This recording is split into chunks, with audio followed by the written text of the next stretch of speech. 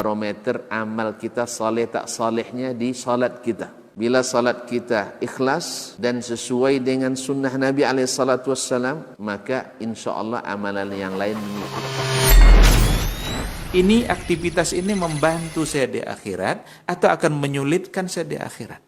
Kalau seandainya perbuatan itu ternyata akan menyulitkan kita di akhirat kelak, tinggalkan perbuatan itu. Anta ni'mal jund. Kamu adalah sebaik-baik prajurit. Coba lihat. Kamu adalah sebaik-baik prajurit. Maka tujuannya adalah menghancurkan kehidupan rumah tangga.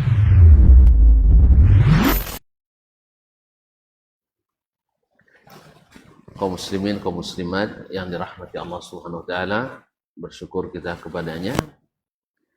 Allah masih memberikan kesempatan dan kesehatan kepada kita untuk bisa melanjutkan pengajian ini. Semoga menambah catatan kebaikan kita yang mudah-mudahan membahagiakan di saat bertemu dengan Allah Subhanahu wa taala.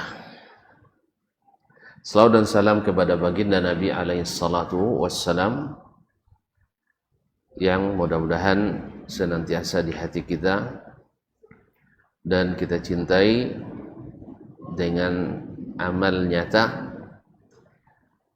yaitu mencintai apa yang dicintainya dan membenci apa yang dibencinya.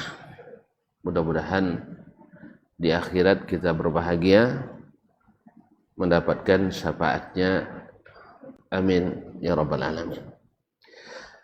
Melanjutkan pelajaran kita tentang adabus syafi'i wa manaqibuhu, masih dalam bab qaulus syafi'i fi talab, tentang ucapan atau pendapat Imam Asy-Syafi'i rahimahullah taala dalam at-talab.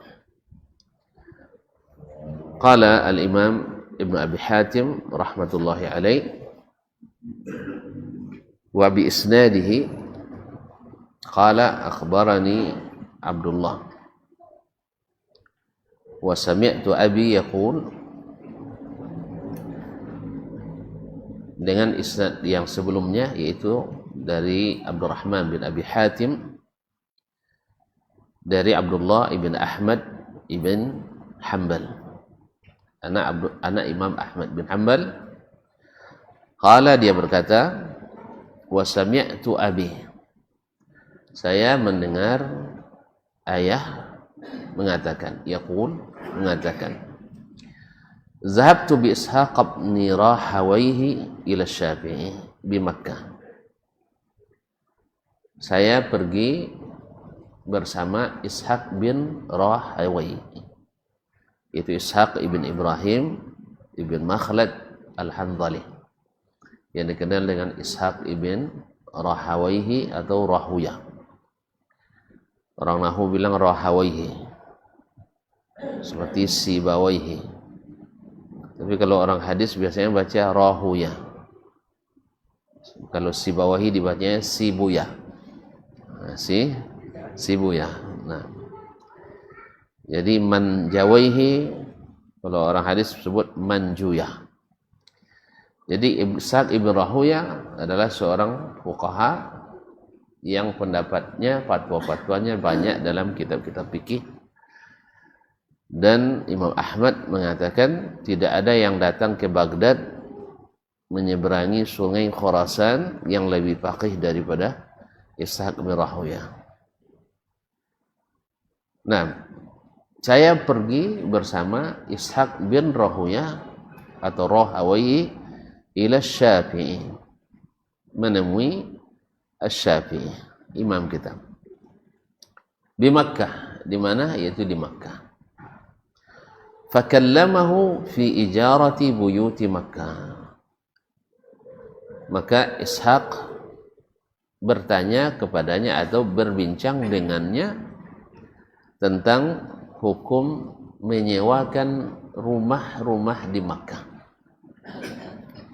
Menyewakan rumah di Makkah. Fakana Asy-Syafi'iyyu yusahhil. Asy-Syafi'i rahimahullah dalam bab ini fatwanya yusahil, memudahkan. Apa maknanya? Karena sebagian atau berpendapat bahwasanya rumah-rumah di Makkah itu adalah milik kaum muslimin. Artinya tidak boleh disewakan. Artinya yang di Makkah itu wakaf. Di Makkah itu adalah sebagai wakaf. Tapi Imam Syafi'i rahimahullah termasuk yang mengatakan tidak, bahwa orang-orang yang memiliki akar tanah di Makkah dan membangun rumah di situ, maka dia boleh menyewakan kepada siapapun yang datang ke Makkah. Dan nampaknya pendapat ini yang diamalkan sekarang. Kan ya? Yang cecil gratis. Dan mazhab dan tidak boleh sewa ya kan itu? Tidak. Itu balik ke zaman setul jinnya. Sekarang adalah semuanya disewakan. Kecuali kalau ada kawan punya hotel itu adalah. Iya, kalau kami dulu ada kawan kerja di hotel situ kan. Jadi kalau ada keluarga boleh gratis kan. Kodok lah dapat gratis. Tapi tidaklah kodok tahu lah. Ya. Ini kodok tahu so keluarganya tidak dapat tu ke awak kan. Ada sekali. Alhamdulillah. Jadi syahid dalam riwayat ini bahwa sesuai dengan bab perkataan Imam Asy-Syafi'i dalam Talabul Ilmi, di mana sudah merupakan suatu hal yang lumrah di antara para tulabul ilmi untuk saling berdiskusi, saling bertanya tentang suatu masalah. Ya, mungkin kita berpendapat ya sudah hemat kita itu yang benar, itu yang sudah pas. Karena Ishaq bin Rahuyah sebelum bertemu dengan Syafi'i juga termasuk yang melarang menyewakan rumah di Mekah. Dan setelah bertemu dengan Imam Asy-Syafi'i rahimahullah, nampaknya beliau merubah pendapatnya itu. Jelas sekali Imam Syafi'i rahimahullah ta'ala. Dan pembahasan ini masyhur di dalam kitab-kitab fikih.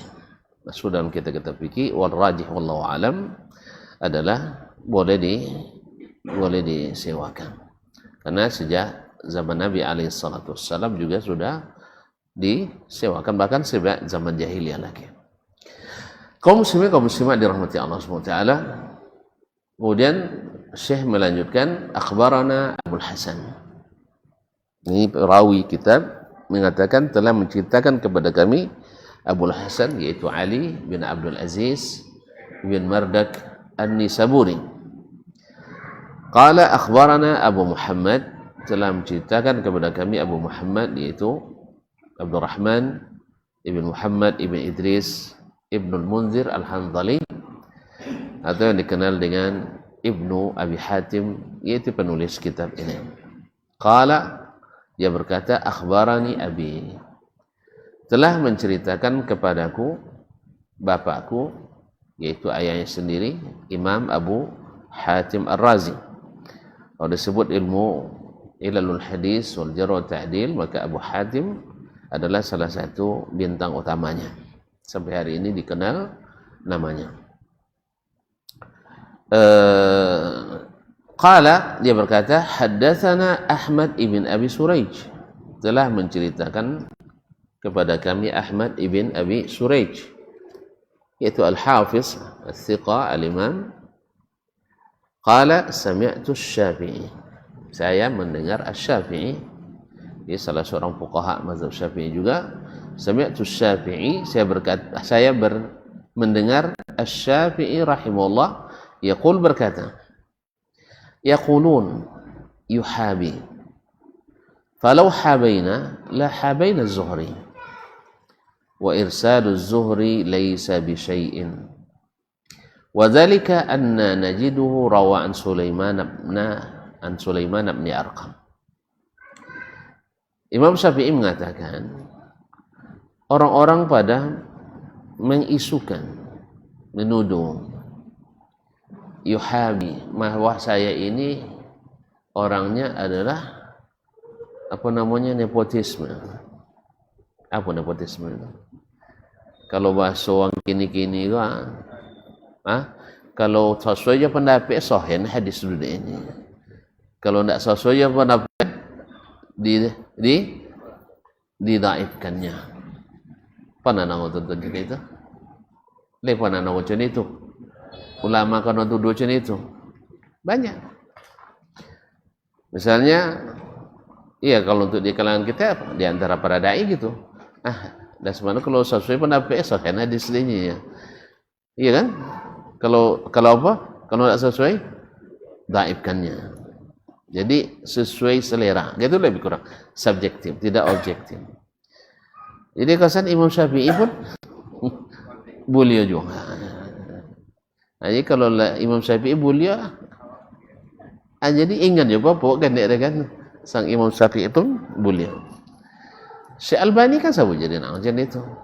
Al-Albani itu kalau sesuai je pendapat Wahabi, sahih hadis ini. Kalau tidak sesuai, kalau sesuai pendapat Sufi, daifkan dia. Subhanallah. Jadi memang para ulama tidak lepas daripada fitnah. Ya gimana tidak? Sedangkan Allah sendiri difitnah juga oleh hamba-hambanya kan? Ya tak? Tidak banyak dia sebut banyak dia. Sudah itu bersuara pidato di masjid. Itulah tabalik biar aja bahawa Allah musta'an. Yes ya? Jadi wa qalu takhadha ar-rahmanu waladan laqad ji'tum syai'an idda. Mereka mengatakan Allah mengambil anak, memiliki anak. Sesungguhnya kalian telah mengatakan kemungkaran yang besar. Sudah itu bahasa mau agama wak jenyonya. Bayi dulu kan yang lah. Awak bosnya sekadar-kadar tak sepanah hidup kan yang awak ada. Itu tanda masang lewanya bosnya tak ajur pada Jawa lagi kan ya.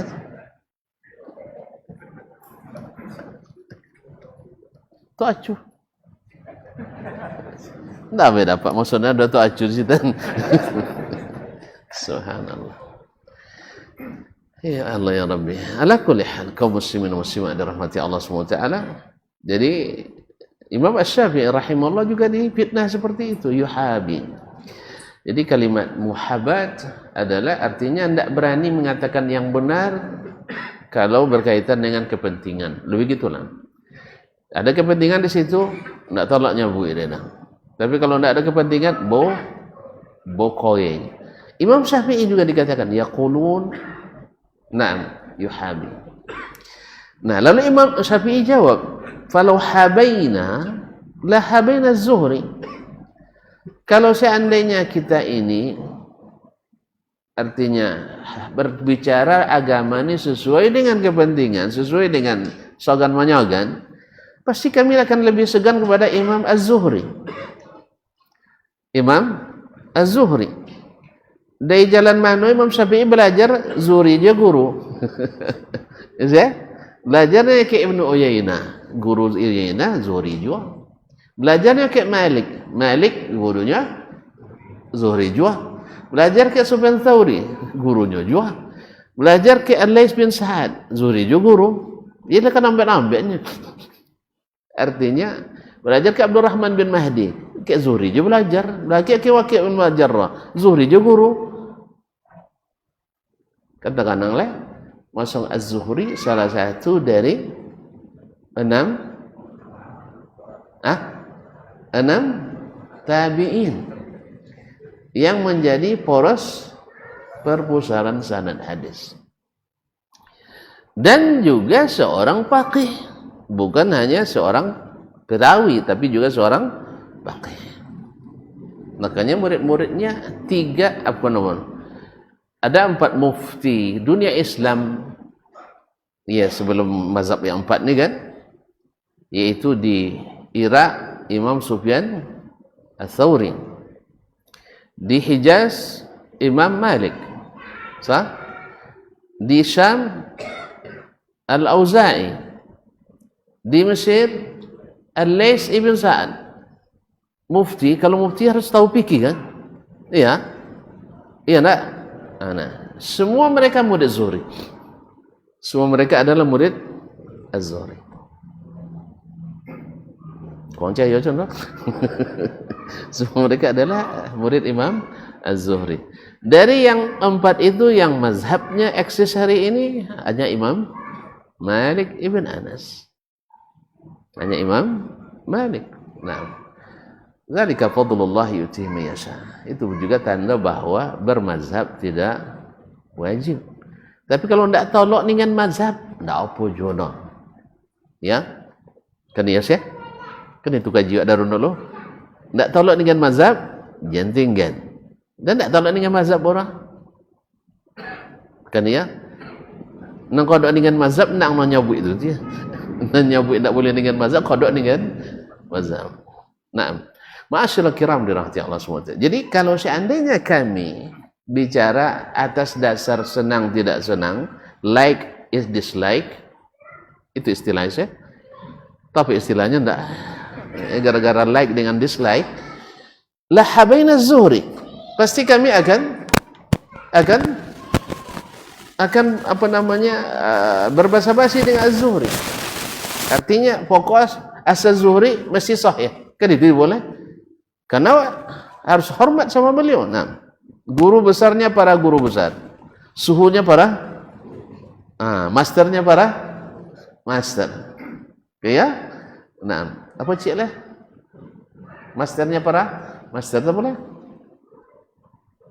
Hah? Apa? Nah, sekarang dulu saya. Ada istilah cik lupuran wang. Tetapi kata dia bilang, nah sekarang saya tegaskan wa irsaluz Zuhri laisa bi syai'.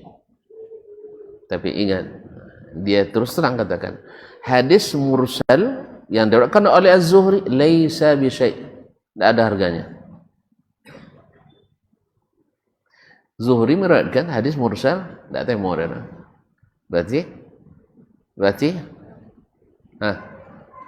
Berarti benar tidak yang diisukan bahwa beliau itu hanya berdasarkan like dan dislike? Ya. Kalau berdasarkan suka, asal Zuhri nyawik pasti sah. Kan itu yang dikatakan asal Albani menyawik pasti betul. Kan ya? Tapi ulama lain nyawik pasti salah. Nyapa dek kalau pernyataan itu? Apa dek kalau pernyataan dek nyenyo macam itu? Kan ya? Asal selain Albani mesti betul. Albani mesti salah. Nah, jadi iza sa'a fi'lul mar'i sa'at zununuhu. Orang bila buruk perangainya, buruk sangkanya. Ya kalau orang kan antum pernah mendengarkan misalnya mereka memalsukan kita, merubah-rubah isi kita. Ikan ndak isi kita nak ubah isi Quran nak ubah. Kan ya? Hah? Ndak isi kita nak ubah deh, isi Al-Quran nak diubah gitu. Dia apa? Dia menuduh. Dia dah lu nyuman buat lah pada orang. Jadi untuk melipur perbuatannya dituduh orang lain. Bahasa apa nama? Maling teriak, maling. Nyinya cilok tunjuk orang nak je, tak dia sampai nyelai. Kan mana-mana kan lai, oi. Kan mana-mana kan lai. Sebab ilmu itu ada seluruh jagoannya, ada pendekarnya. Jadi kalau ada yang mengatakan itu nanti insya-Allah mudah dibongkar masalah itu. Di mana, seperti apa? Makanya rujukannya di mana kita sudah tahu. Alhamdulillah. Justru yang mengatakan itulah yang paling banyak memalsukan, yang banyak memotong-motong, yang banyak menimbulkan fitnah. Nasallallahu alaihi wasallam. Jadi kata Imam Syafi'i rahimahullah, habaina Zuhri. Kalau seandainya masalahnya ilmu ini hanya suka dengan tidak suka, senang dengan tidak senang, fatwa kita berdasarkan itu, Zuhri pasti akan lebih kita dahulukan segala hal. Tapi tidak. Saya tegaskan katanya, ma arsala Zuhri mursal Zuhri laysa bi syai'. Hadis mursal yang kalau Zuhri tidak dianggap.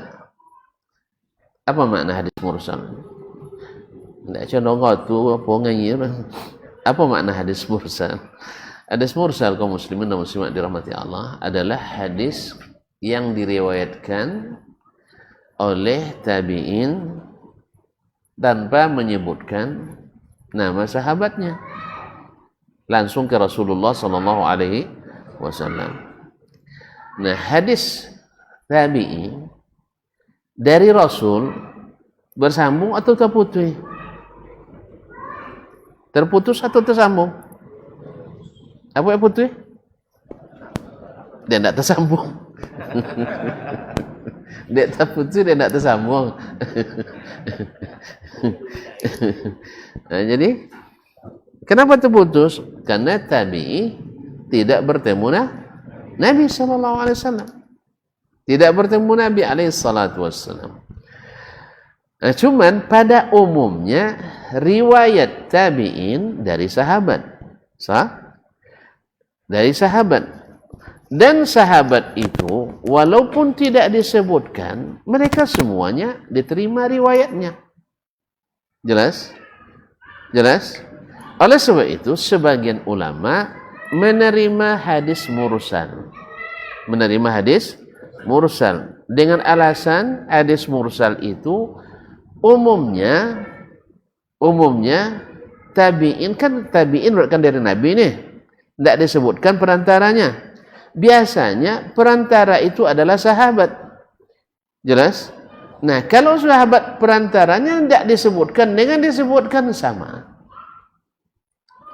Jelas? Nah, karena sahabat adalah semuanya thiqah, bisa dipercaya. Karena memang apa dek thiqah, apa dek sahabat itu semuanya diterima riwayatnya.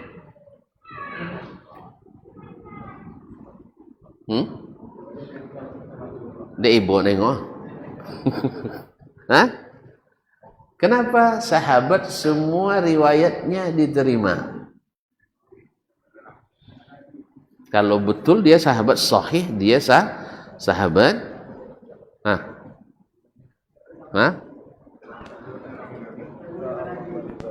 Apa? Nah, karena Allah sudah meridhai mereka. Itu kan wak preso je lah. Kan wak preso je lah. Ibaratnya kini ibaratnya awak nak ke istana negara langsung Pak Presidennya man kamainnya. Itu preso je lah. Hah? Nyelo sudah sabun ke pas pampres deh kalau tiba dah semannya jadi ambek nak bertumbuk kalau enggaknya. Kan tak preso jelas ya. Jadi Allah sendiri yang mengetahui yang nyata dan yang gaib, meridai mereka semuanya. Oleh sebab itu adalah tidak beradab kita bila kita masih memeriksa sahabat. Tidak beradab kalau kono preso juga kayak bakadun. Jelas ya. Makanya oleh sebab itu Imam Abu Zur'a Ar-Razi itu mamak daripada Ibnu Abi Hatim menulis kitab ini mengatakan iza ra'aitar rajula yantaqisu ahadan min ashabin Nabi sallallahu alaihi wasallam fa'lam annahu zindiq. Kalau kau lihat ada seorang yang merendahkan sahabat, ketahuilah dia adalah zindiq. Tahu zindiq? Tahu zindiq? Orang yang menyembunyikan kekufuran dan menengokkan seperti pura-pura Islam padahal kafir. Padahal kafir. Itu zindiq. Jadi oleh sebab itu kalau ada orang Syiah yang merendahkan sahabat, berarti mereka adalah zanadiqah, zindiq. Mereka adalah pendusta. Alhamdulillah sepanjang sejarah riwayat tercatat memang Syiah adalah juara satu dan juara bertahan dusta. Tak percaya, mau percaya. Hadis-hadis yang paling banyak dustanya adalah hadis orang Syiah. Jadi para ulama Di antaranya adalah murid Imam Syafi'i sendiri mengatakan, Al-Buaiti mengatakan, ma ra'aitu fin nas ashaddu kadziban min asy-Syiah. Saya tak melihat di antara kalangan manusia yang lebih dahsyat dustanya melebihi orang Syiah. Orang Syiah. Dia oleh itu kaum muslimin dan muslimat dirahmati Allah, karena mereka apa? Mendustakan para sahabat, bahkan menghukum murtad para sahabat. Oh enggak Ustaz, Syiah kan macam-macam. Iya, tapi Syiah yang ada hari ini afiliasinya adalah ke Syiah Rafidah Iran. Sampai yang Zaidiyah pun ikut je ke Iran dulu. Ini memang nomor sama, Syiah sama Syiah kan. Nah, walaupun ada dulu memang ada Syiah yang tidak sampai mengkafirkan sahabat. Tapi kalau yang kini atau adalah yang mengkafirkan sahabat. Kalau tidak kafirkan sahabat, kafirnya awak. Mana nak awak ngafirkan ini atau ngafirkan sahabat? Insyaallah ngafirkan ini. Kan ya? Ini kalau tidak kafirkan sahabat, kafirnya awak. Jadi kalau awak sabuk Syiah berarti awak ikutnya. Kalau tidak awak sabuknya salah, berarti awak kafir dinya. Bila mana je? Membuat tuaninya atau membuat tuan awak? Ya, ada sebagian pemikir, ya, para akademisi yang tidak paham masalah ini, Allah musta'an. Karena memang bacaannya dari orientalis. Orientalis bahan bakunya dari Syiah. Itu masalahnya. Jadi makanya kalau belajar, iya belajar. Sampai doktor, iya doktor. Cuma apa wajib baca? Kan ya? Sebab 80% lebih subuhat propaganda orientalis di barat itu diambil dari buku-buku Syiah. Jadi apapun propaganda mendiskreditkan, menjatuhkan Islam di kalangan orientalis, itu diteliti oleh seorang peneliti dari Irak dulu dalam disertasi doktornya, maka dia dapatkan 80% lebih syubhat itu diambil dari buku-buku Syiah. Maka jangan heran tuan-tuan, para akademisi kita yang tamat di bawah didikan orientalis, baik langsung maupun tidak langsung. Yang langsung memang kokian belajar, atau tidak langsung guru nanti pulang diajon komaidah, tidak akan pernah mengatakan Syiah itu sesat. Buat polo kan soal ini itu si polo itu yang dimasukkan ke dalam kepalanya melalui buku-buku orientalis. Allah musta'an. Jadi memang ilmu kalau salah ambil, salah rumus, salah natijahnya. Allah musta'an. Jadi kaum muslimin dan muslimat dirahmati Allah SWT. Jadi kembali kepada bahwa hadis mursal menurut sebagian tadi karena umumnya tabi'i meriwayatkan dari sahabat. Kalau tak disebutkan sahabat, maka diterima hadisnya. Jelas? Dan Imam Syafi'i rahimahullah termasuk yang menerima hadis mursal tapi dengan syarat. Dan syarat itu tidak ada pada Imam Az-Zuhri.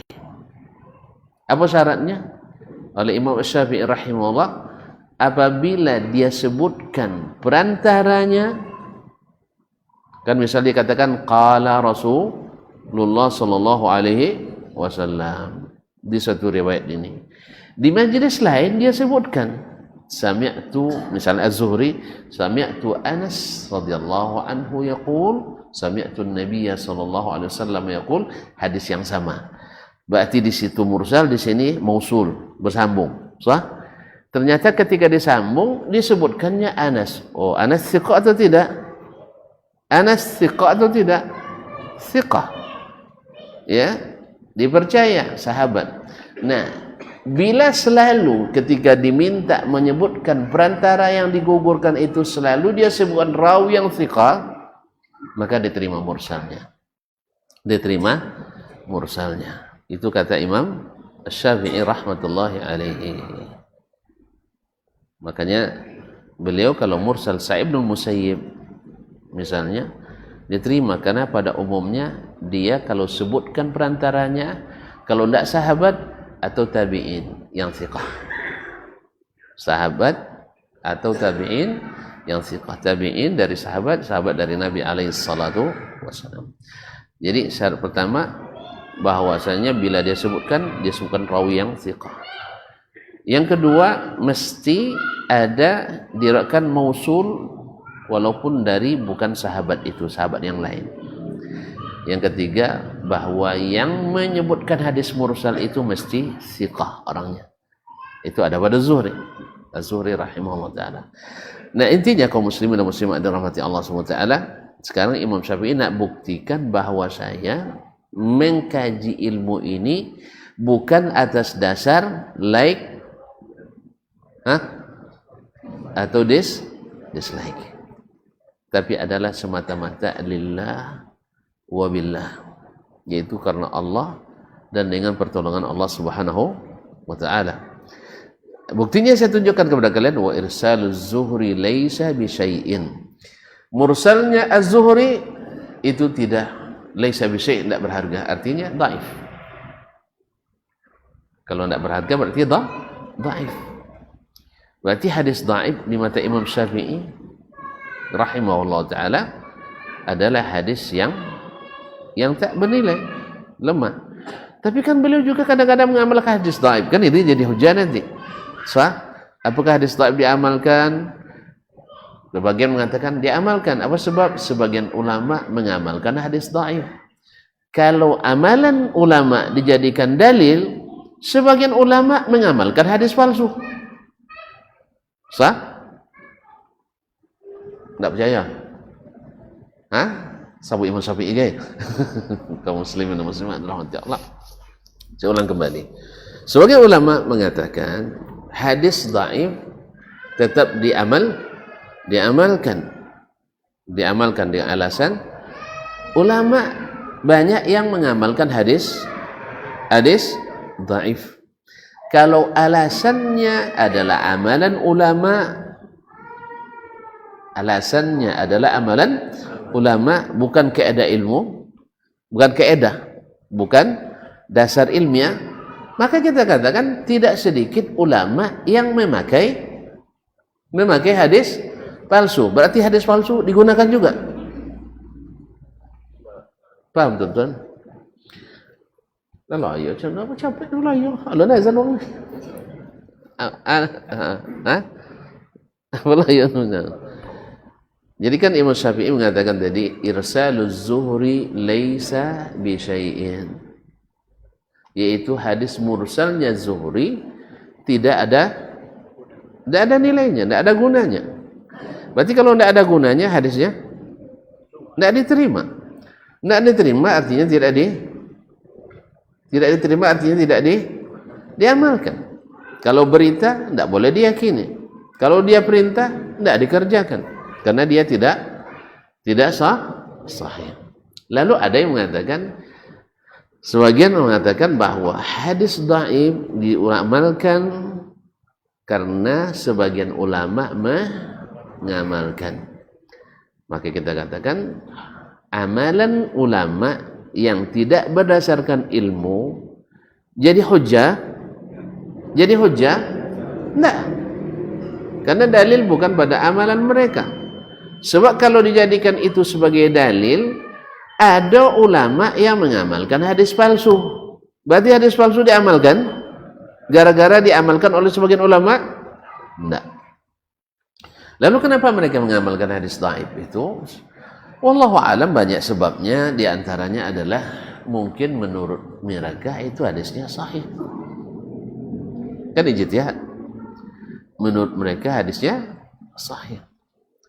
Atau wallahu alam, dia tidak mendapatkan hadis yang lebih sahih dari itu dan didukung dengan qiyas misalnya. Maka dia melihat bahwa didukung dengan qiyas sehingga menjadi kuat. Atau kaum muslimin dan muslimat dirahmati Allah SWT, dia tidak tahu hadis itu dhaif karena tidak semua ulama bisa membedakan mana yang sahih mana yang dhaif. Tidak semuanya mengetahui itu. Karena ini juga berkaitan dengan pengetahuan seorang alim tentang siapa perawi. Siapa perawinya.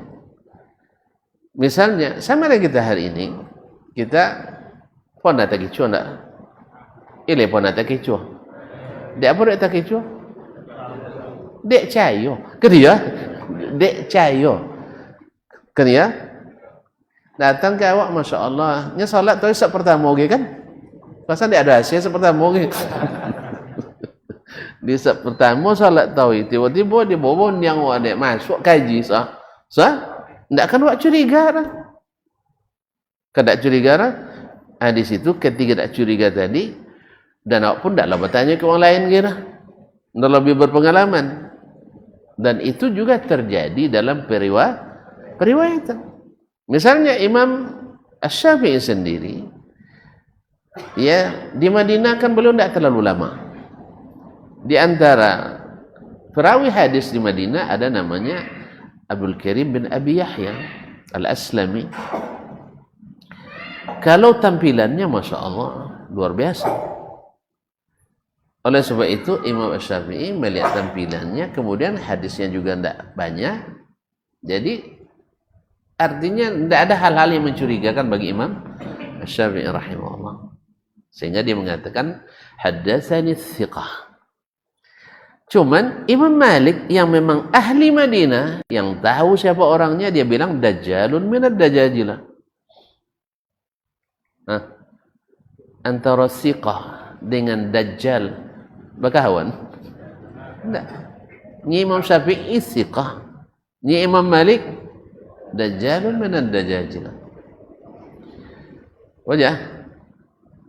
Jadi oleh sebab itu kaum muslimin muslimat, maka ulama mentarjih perkataan Imam Malik karena dia lebih tahu orang itu. Lebih tahu orang itu. Yang kedua, juga hadisnya juga tidak banyak, dan sedikit itu pun banyak yang bercanggah dengan hadislah orang lain yang meriwayatkan hadis yang berkaitan tapi tidak sama dengan riwayat yang dia riwayatkan. Maka Ibnu Hajar menyebutkan riwayat martabatnya matrukul hadis. Matrukul hadis. Apa makna matrukul hadis? Ditinggalkan hadisnya. Kalau ditinggalkan hadis berarti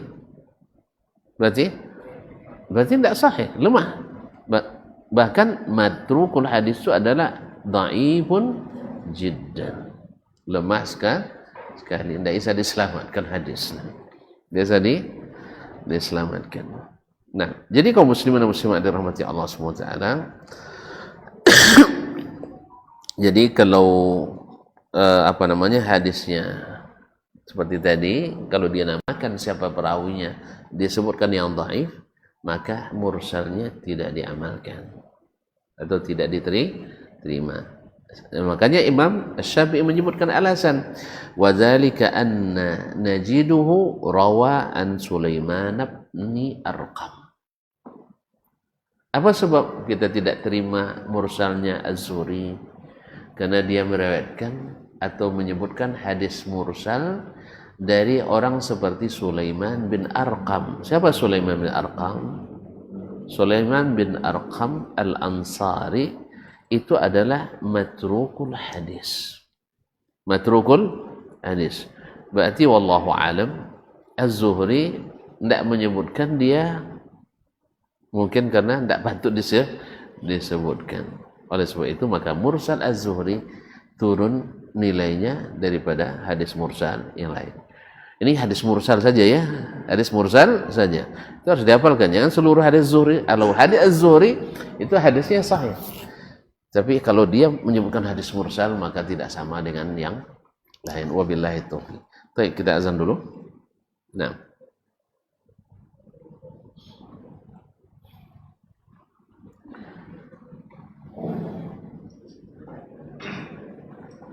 Allahu Akbar, Allahu Akbar. Allah. Allahu Akbar, Allahu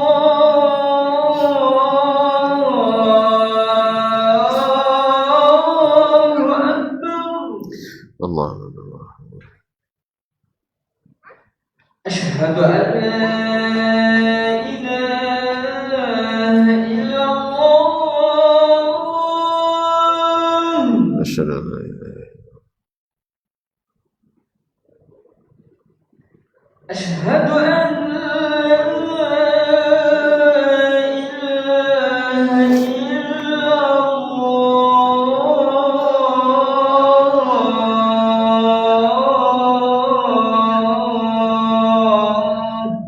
أشهد أشهد أن محمدا رسول الله أشهد أن أشهد أن محمدا رسول الله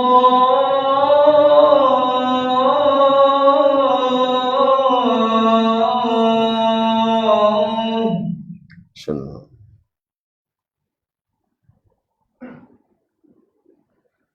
حي على الصلاة لا حول ولا قوة. حي على الصلاة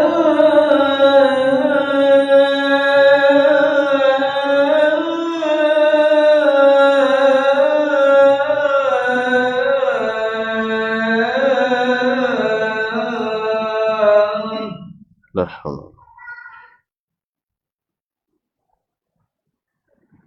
حي على الفلاح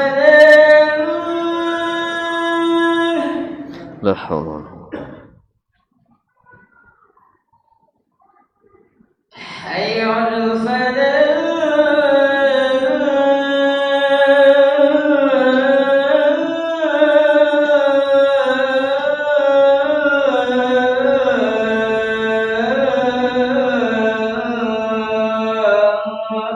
لا حول ولا قوة. الله أكبر الله أكبر الله لا إله إلا الله ونشهد أن لا إله إلا الله. اللهم صل على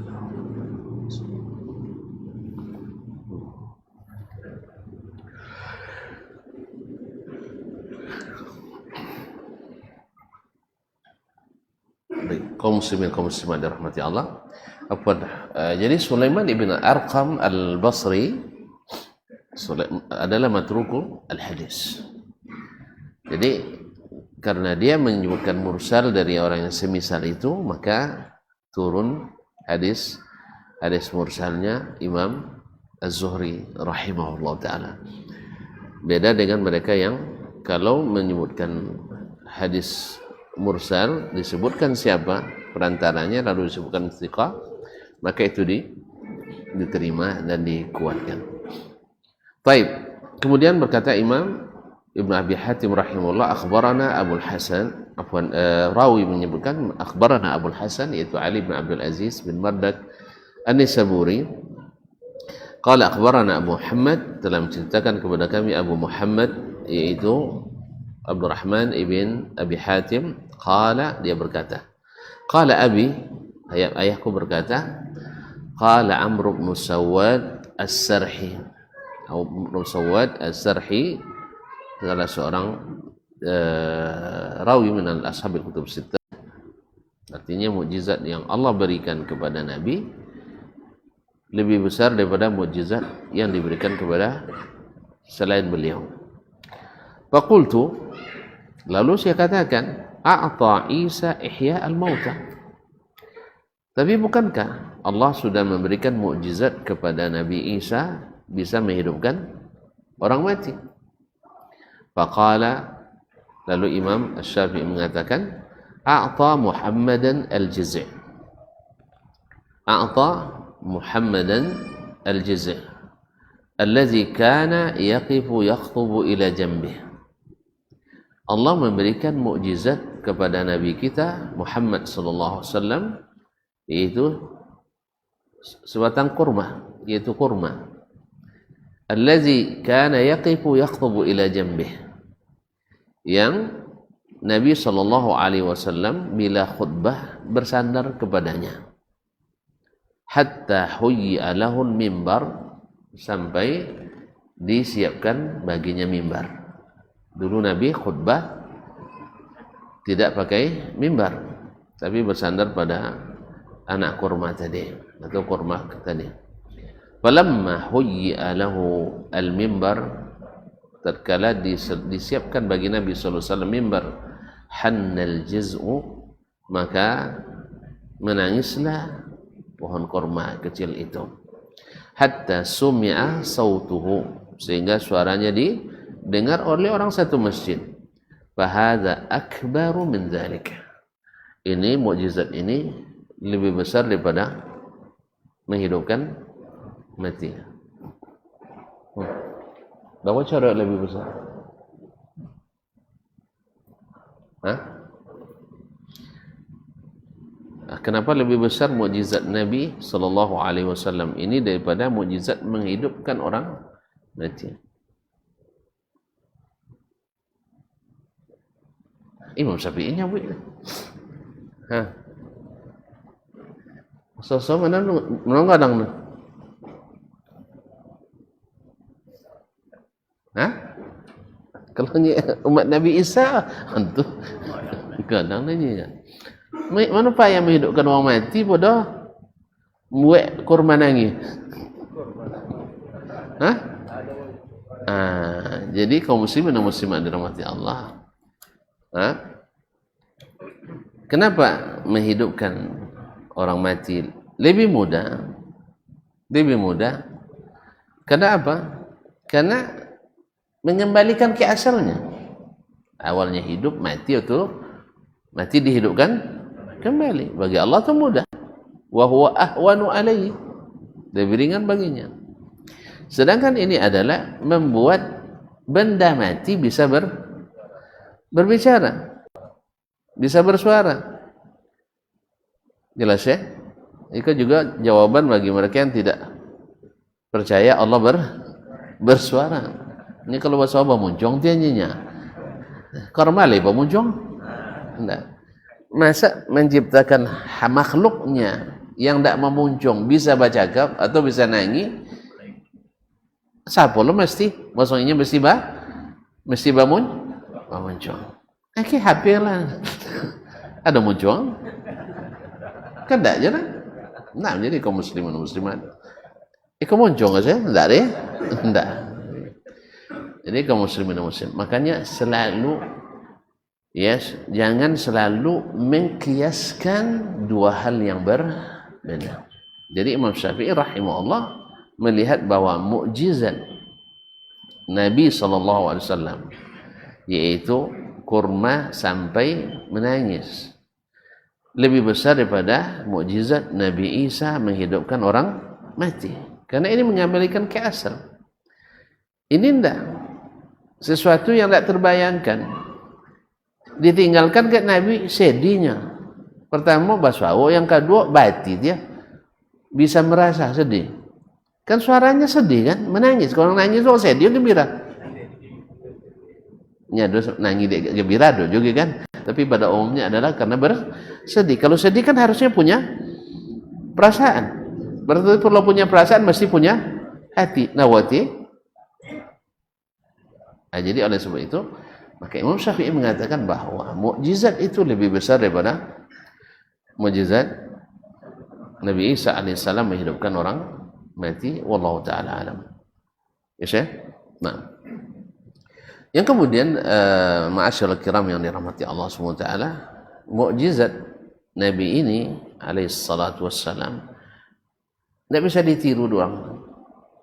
Sedangkan mukjizat menghidupkan orang mati kan bisa niru doang. Ini cua kan? Ya, orang-orang yang sufi yang sampai pada tarekat tertinggi bisa memanggil arwah. Adonan nak diambuan arwah tua? Hah? Nah. Tak mahal no tarik.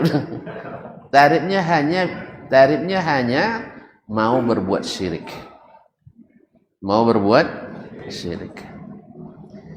Jadi kalau mau berbuat syirik, sebab orang yang sudah sampai ke martabat itu yang cerita bahwa saya ketika memanggil arwah itu dan persis datang juga jalan, tu tahunya untuk tua yang pernah zaman dia iya nyuruhnya iya. Memang ahli setan nggak membuat apa. Jadi kalau buat film paling ahli adalah setan. Nah, oleh sebab itu makanya banyak film setan. Paling yang laku kalau film hantu. Karena memang nampak yang banyak lakonnya adalah setan. Persis sama. Tapi tahu tidak Ustaz, ketika melakukan itu saya harus bertindak sebagai Tuhan memanggil hambanya. Bagi orang yang tidak berilmu, syekh kalau ada yang tidak berilmu kan, itu dianggap sebagai sampai pada putus makrifat. Ya dia putri makrifat dulu. Nah, putri. Nah, tidak ada tali kalau Ta'ala lah. Allah musta'an. Ya, makanya ketika antum nak tanyakan bagaimana ilmunya harus masuk dulu baru bisa diberikan. Itu cara-cara daripada permainan-permainan tipuan-tipuan yang dilakukan orang supaya dianggap sebagai kesaktian, kanuragan, mantraguna. Nah, dan rata-rata yang seperti itu mesti harganya mahal. Yes ya, Cinan. Awak di pondok dulu ada, justru ya kalau baca surat izinnya kan datang jinnya kan, dan baca tidak datang aja, tidak mangku ilmu nanti tu, aja datangnya tidak jadi. Awak mau tidak pandai balai mu mau numpan, lepas nak cuba tidak yakin dah, tidak ada yakin tapi tidak tiba orang, takut dan pingsan nggak enak. Dia baca surat jin, datang jin lah malamnya. Alhamdulillah untuk orang nak datang lah. Sampai datang tu macam apa jadi kan? Allah musta'an. Jadi kaum muslimin dan muslimat dirahmati Allah SWT. Jadi Imam Syafi'i rahimahullah mengatakan bahwasanya mukjizat yang diberikan kepada Nabi Muhammad SAW lebih besar daripada yang diberikan. Lalu dikatakan oleh muridnya tadi, As-Sarhi tadi, tapi kan Nabi Isa bisa hidup orang mati. Tidak. Nabi diberikan kepadanya al-jizz. Padahal ada mukjizat Nabi yang lebih besar. Apa itu? Apa itu? Al-Quranul Karim. Al-Quranul Karim.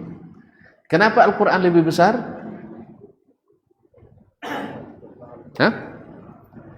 Kenapa Al-Quran bisa hidupkan mati pakai Quran? Biar Pak. Iya orangnya. Qul ya ayyuhallazi ansa awwal marra itu. Apa ayatnya? Bisa diambil sudeko. Jadi kaum muslimin muslim. Kenapa Al-Quran mukjizat lebih besar? Mukjizat dulu para nabi berakhir dengan berakhirnya kenabian. Mati nabinya, habis mukjizatnya. Sedangkan Al-Quranul Karim, Nabi dah meninggal pun sallallahu alaihi wasallam, mukjizat itu masih berlaku sampai hari ini. Makanya dipersilakan kepada yang merasa mampu datangkan sebuah surat seperti Al-Quranul Karim. Alhamdulillah jadi bahan cemoohan sodong. Bukan oleh kawan-kawannya cuma ini dulu Musailam al-Kazzab dibuat dia sebuah surat kan dibda wa adraka ma dibdanya, kata apakah itu kata. Akhirnya dia galang-galang dek kawannya. Ndak gua awak galang-galang kawannya lah, galang apa cuy. Iya, banyak yang mencoba-coba tapi intinya takkan sama. Antum tahu nanti kaum muslimin bahwa Al-Quranul Karim, orang yang tak paham bahasa Arab pun akan merasa beda dengan bahasa Arab yang bukan Al-Quranul Karim. Ya sering diuji oleh para masyayikh kalau mereka sempat bertemu dengan orang-orang non-muslim di barat, di Eropa. Ini kan Nabi kan dulu begitu, kalau dakwah kan dengarkan saya baca, kan gitu ya. Kalau kita kan tidak, dengarkan saya berdebat. Akhirnya kalanya debat, inyolon dan masuk agama wano. Makanya jadi buat debat. Makanya mohon maaf kaum muslimin muslim, orang sering mengatakan ilmu mantik, ilmu kalam perlu untuk berdakwah. Saya katakan, ada berapa banyak ilmu kalam memasukkan orang ke Islam? Justru yang memasukkan orang ke Islam itu adalah Al-Quran dan Sunnah yang diamalkan. Al-Quran dan Sunnah yang diamalkan. Bahkan jenggot yang dicemooh ini tidak sedikit menjadi sebab orang masuk Islam. Jelas ya? Orang-orang berkumur-kumur wudhu, banyak orang masuk Islam. Orang mendengarkan azan, masuk Islam. Orang ketika merapikan saut, dengannya orang masuk Islam. Tapi orang dah ngomong entok kepada debat panjang masuk Islam dengan ilmu kalam lah. Jelas? Justru orang Islam ragu deh gara-gara ilmu itu. Allah musta'an. Jadi kaum muslimin dan muslimat dirahmati Allah SWT, jadi dibacakan kepada mereka ayat. Sudah itu dibacakan pula bahasa Arab yang contoh-contoh ayat. Nah, dia susun sendiri tapi dibaca dengan murattal atau tartil. Ternyata orang itu juga bisa memahami. Subhanallah. Yang dibaca pertama itu tidak Quran dulunya. Yang kedua baru Quran. Subhanallah. Padahal bahasanya mirip-mirip sekali. Kan cerita tadi Al-Qari'ah mal-Qari'ah wa ma adraka mal-Qari'ah. Dan saja dibda wa ma adraka mal. Iya kan? Kau sarap juga kan? Cuman yang tadi ada rasa di dalamnya, yang ini muntah pada jadi kata mereka ya bahwa yang Anda baca pertama itu ayat. Tapi yang kedua tidak ada rasa sama sekali. Kan tidak Qurannya. Iya betul, itu karangan saya sendiri. Jelas ya? Walhamdulillah. Walaupun dibacakan syair setinggi apapun nilai tinggi sastranya, tetap tidak sama dengan Al-Quranul Karim. Makanya Al-Quran menjadi mukjizat terbesar para nabi semuanya, dan dia adalah mukjizat terbesar Nabi kita Muhammad sallallahu alaihi wasallam, karena dia berlaku walaupun nabi sudah wafat. Sampai hari kiamat masih berlaku mukjizat itu. Wallahu taala alam wa sallallahu ala nabiyyina Muhammadin wasallam. Mohon maaf dan terima kasih. Sampai jumpa kembali. Wa subhanakallah bihamdik asyhadu an la ilaha illa anta astaghfiruka wa atubu ilaik. Wassalamualaikum warahmatullahi wabarakatuh.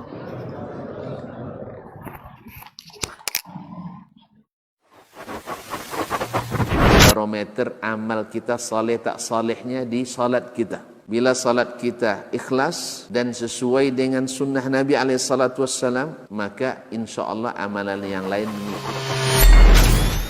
Ini aktivitas ini membantu saya di akhirat atau akan menyulitkan saya di akhirat? Kalau seandainya perbuatan itu ternyata akan menyulitkan kita di akhirat kelak, tinggalkan perbuatan itu. Anta ni'mal jund. Kamu adalah sebaik-baik prajurit. Coba lihat. Kamu adalah sebaik-baik prajurit. Maka tujuannya adalah menghancurkan kehidupan rumah tangga.